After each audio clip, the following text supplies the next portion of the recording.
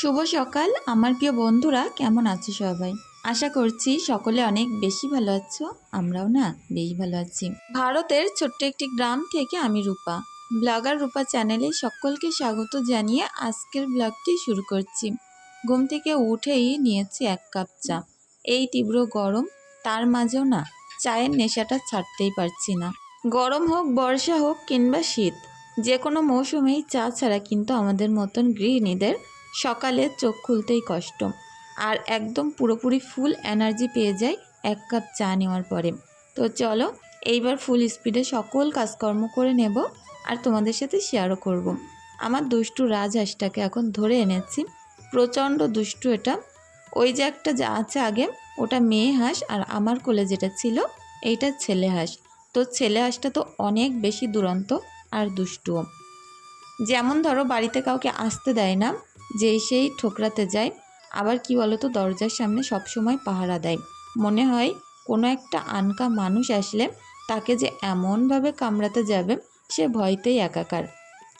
তো আমার মেয়ের পড়ার মাস্টারও যখন আসে, আমাকে দূর থেকে ডাক দেয় যে দিদি আগে দরজা খোলো, আর না হয় হাঁসগুলো আমাকে কামড়াবে।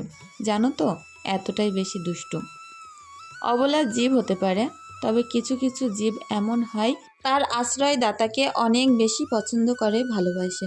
তো সেরকমই বলতে পারো। আমারও হাঁস দুটোকে আমি তো বিক্রি করবই না, আমি ওইভাবেই ভেবেছি রেখেই দেব। তো যাই হোক, পেছনটা ঝাড়ু দিয়ে আসলাম পুকুর ধারটা আর কি, তারপরে চলে এসেছি সামনে। জানো তো, এই যে তীব্র গরম, আজকে 1 সেকেন্ড রৌদ্রে দাঁড়ানোর ক্ষমতা নেই। তারপরেও এই কাজগুলো দেখে ফেলে রাখি কি করে। ওপরটা পুরো নোংরা হয়েছিল, তো সেগুলোকে ফেললাম। তো পেপার টেপার চারিদিক হয়ে আছে, সেই সাইডগুলো পরিষ্কার করলাম। আর তারপরে রাজহাঁসগুলো যখন খেয়ে চলে গেল, আমার এই পাতি হাঁসগুলোকে ছেড়ে দিলাম। আর ওরা কিন্তু প্রচুর খাবার খায়, ওই কারণে পাতি হাঁসগুলোকে পরে ছাড়লাম। রাজহাঁস যেহেতু কম খায়, ওদেরকে আগে খাইয়ে পাঠিয়ে দিলাম। তো এখন চলে এসেছি পুকুর পাড়ে। পানিটা যেমন সুন্দর স্বচ্ছ, কিন্তু রৌদ্র যখন গায়ে লাগছে একদম চিরবির করছে যেন। তো এই গরমে না কাজ করার তো অনেকটা কষ্টকর, তারপরেও না অসম্ভব কিছু না। তো চলো যত তাড়াতাড়ি পারি একদম সকাল সকাল কাজগুলো সেরে ফেলি। তবে এই যে ভোর 5:30টায় চোখ খুলছি, দেখছি চারিদিকে ঝলমলে রোদ্দুর। তাহলে কটার সময় ঘুম থেকে উঠলে এই কাজগুলো সুন্দর হবে বলো তো, রৌদ্র ওঠার আগে? একমাত্র আমার মনে হয় অন্ধকার থাকতে থাকতে কাজ করলে গায়ে রোদ্দুর লাগবে না, এরকম একটা এখন এই গরমের পরিস্থিতি। তো চলো, যেমনই পরিস্থিতি থাক না কেন, সবটা সাপটে আমাদের কাজ করতে হবে। আমার বেশি বিরক্তিকর লাগে শীতকালটা, কারণ যখন প্রচণ্ড শীত লাগে অনেক জামাকাপড় গায়ে দিয়ে কিন্তু কাজ করতে অনেক কষ্ট হয়। কিন্তু গরমকালে যতই গরম লাগুক না কেন, হালকা ফুলকা পোশাক পরলে শরীরটা হালকা থাকে, কাজ করতে খুব একটা কষ্ট লাগে না। তো এখন সুন্দর পরিষ্কার পানিতে বাসনগুলো ধুয়ে নিচ্ছি। আর কি বলো তো, আমাদের এখানে যেহেতু এখন অনেকগুলো পুকুর হয়েছে, আশেপাশের মানুষজন কিন্তু অন্যান্য পুকুরে যায়, যার কারণে পানিটা খুব একটা ব্যবহার হয় না, আর এরকম সুন্দর পরিষ্কারই থাকে। একমাত্র আমি মাজা ধোয়া কাচা ধোয়া করি, আর পাশে একটা দুটো ফ্যামিলি আছে, ওরা মাঝে মধ্যে আসে। চলো, অনেক দিনই হয়ে গেল, আমার অনেক বন্ধুরা অনেক সুন্দর সুন্দর কমেন্ট করো। সময়ের অভাবে কমেন্টগুলো আমি ঠিকঠাকভাবে নিতেই পারছি না।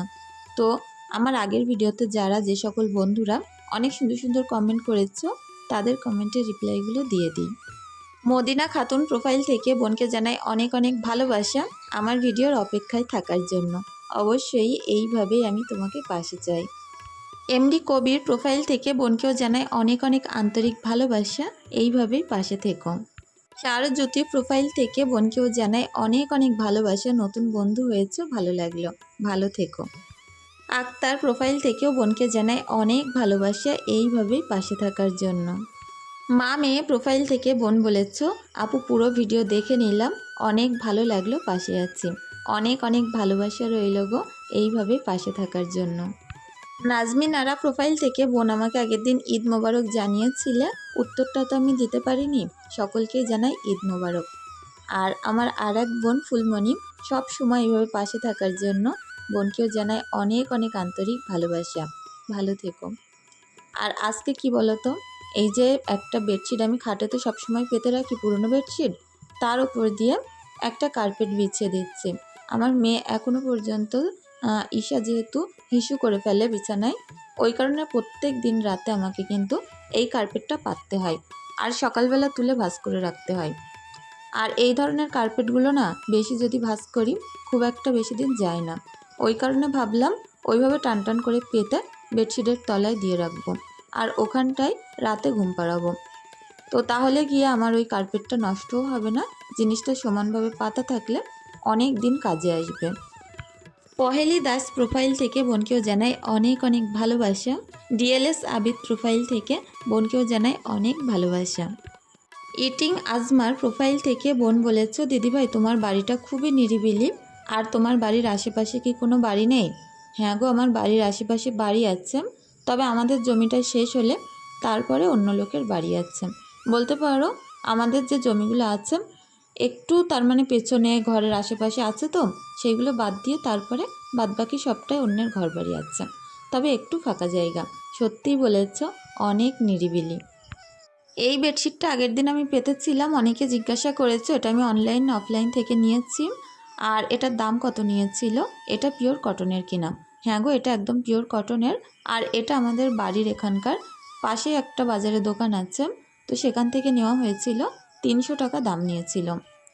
তবে কি বলতো, যেগুলো সুন্দর অনেক ভালো বেডশিট, বালিশের যে কভারগুলো পিলো কভার সাথে থাকে, ওগুলো 3টে কভার আর বেডশিট ধরে ওই বলতে পারো 500 টাকায় অনেক ভালো ভালো বেডশিট পাওয়া যায়, আর সেগুলো একদম পিওর কটনের। আর যেগুলো কটন হয় না, একটু জর্জেট পাইল থাকে, কিংবা দেখা যায় অন্য কাপড় একটু পাইল থাকে কিন্তু নরম খুব বেডশিটগুলো, সেগুলো না ওই 100, 150, 200 এর মধ্যেই পাওয়া যায়। বাংলাদেশ থেকে অনেক বোনেরা আমাকে কমেন্ট করছে, তোমাদের ওখানকার জিনিসপত্রের কি দাম কম? আমাদের এখানে একটা ভালো বেডশিট নিতে গেলে মিনিমাম 1000-1200 টাকা তো লেগেই যায়। তো আমাদের এখানে মনে করো ওই 400-500 টাকায় খুব ভালো বেডশিট পাওয়াই যায়, অসুবিধা হয় না। আর অনলাইন থেকে নিতে পারলে অফারে আরও কম দামে হয়ে যায়। তো চলো, এই ঘরটাও গুছিয়ে নিয়েছি। কিছুটা জামা প্যান্ট ছিল আমার, যেগুলো নাইটি ছিল, প্যান্ট ছিল, তো নাইটি টাইটিগুলো আমি এখানেই রাখি।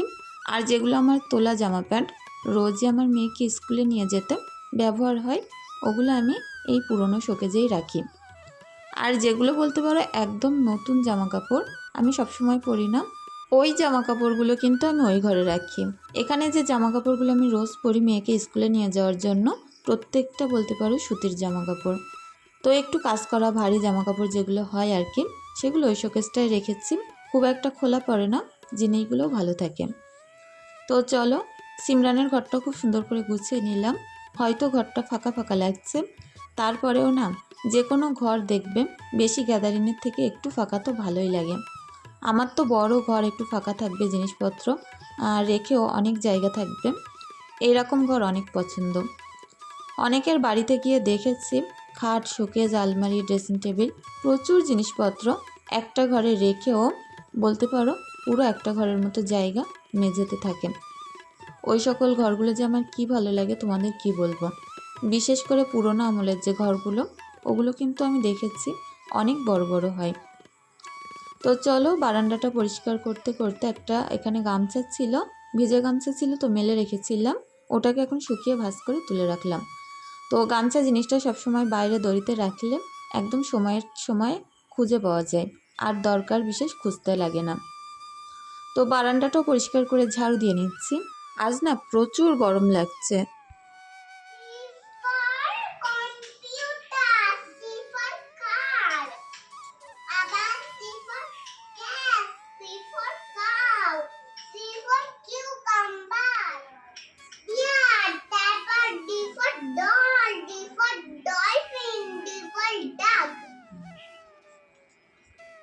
আমার যখন কাজ হয়ে যায়, ঘরবাড়ি মোটামুটি পরিষ্কার হয়ে যায়, আমার মেয়েকে কিন্তু আমি একা পড়তে দিয়ে আমার মতন আমি কাজ করতে থাকি আর ওদের পড়াগুলো শুনতে থাকি।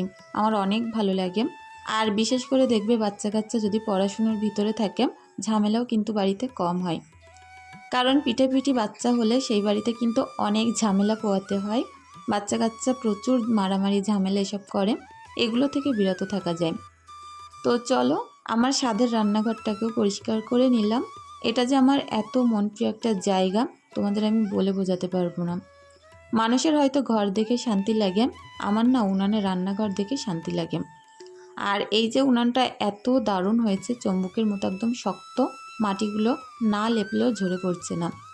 আগের যে উনানখানা ছিল একদম লেপতে গেলে চটনা উঠে উঠে পড়ে যেত, মাটিগুলো এত নরম হয়েছিল হাত দিলেই ঢসে ঢসে পড়ে যেত। ভাঙাচোরা রান্নাঘরে এসির মতন শান্তি পাই কিভাবে বলো তো? এই দিকটা দেখতে পাচ্ছ ফাঁকা একদম উনানের ওপরে, আর ওপরে সৃষ্টি গাছ, চারিদিকে পুকুর, পুরো এসির মতো ঠান্ডা হাওয়া আসে। আর ওই পাশটা তো দেখলেই, তক্তপোষের ওই পাশটা পুরোই ফাঁকা রেখেছি, এখনো পর্যন্ত ভয়ে দেয়াল গাচ্ছি না। দেওয়াল গাঁথলে ওই পাশটা একদম পুরো গাঢ় হয়ে যাবে, আর ঠান্ডা এসির মতো হাওয়াটা আসবে না পুকুর দিক থেকে।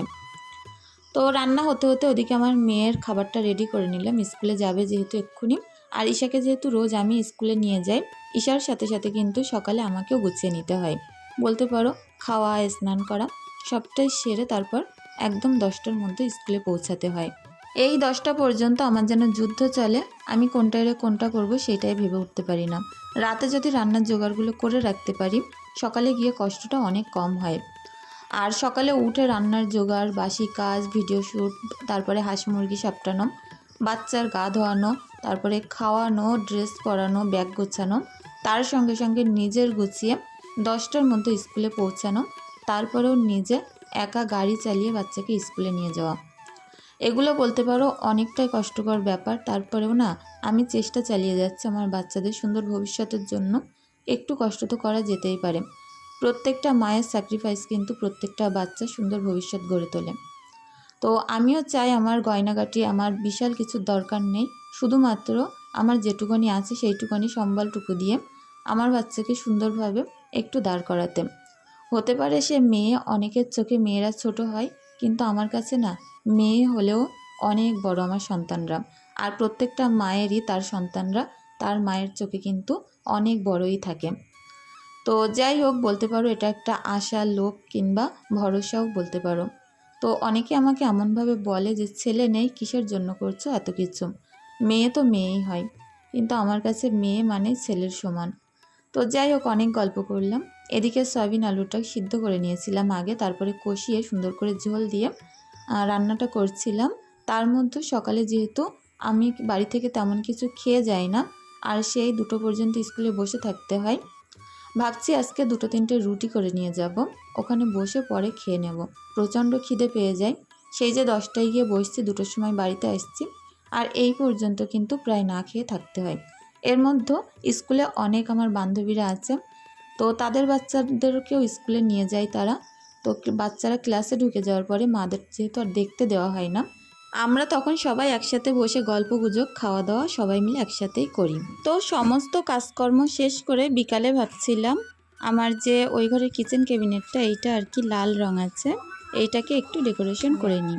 তো তার কারণে এই যে সাইজ করে স্টিকার আমি কেটে নিয়েছি, এটা আমি একটা নিয়ে আমার শোকেজে লাগিয়েছি। আর অল্প একটু বাড়তে ছিল, ওইটুকুনি ভাবলাম তুলে না রেখে যে কোনো একটা কাজে লাগিয়ে দিই। আমি ভেবেছিলাম প্রথমে সবগুলোই হয়ে যাবে, তারপরে দেখলাম কিছুটা কম পড়েছে, তো আবারও একটা অর্ডার দিতে হবে। তো চলো কিচেন ক্যাবিনেটটা কেমন হয়েছে তোমাদেরকে দেখাই। একটা কাজ কিন্তু ভাঙা ছিল, এই পাশের কাজটা, সেটাও ঢেকে গেছে, অতটা বোঝা যাচ্ছে না। আর সাদার ওপরে তো হয়তো খুব একটা বেশি ফুটছে না, কিন্তু একেবারে খারাপও লাগছে না। চলো এবার শোকেসটাকে দেখাই। আর এই ঘরের শোকেসটাতেও মেরে নিয়েছি, কি বলো তো, এগুলো সাদা রং ছিল, অনেক জায়গায় দেখছি জং পড়ার মতো হচ্ছে, ওই কারণে আগে থাকতে স্টিকার মেরে দিলে আর কিন্তু জংয়ে খাবে না। তো চলো বন্ধুরা, আজকের ভিডিওটি এখানেই শেষ করছি। সকলে অনেক ভালো থেকো, সুস্থ থেকো।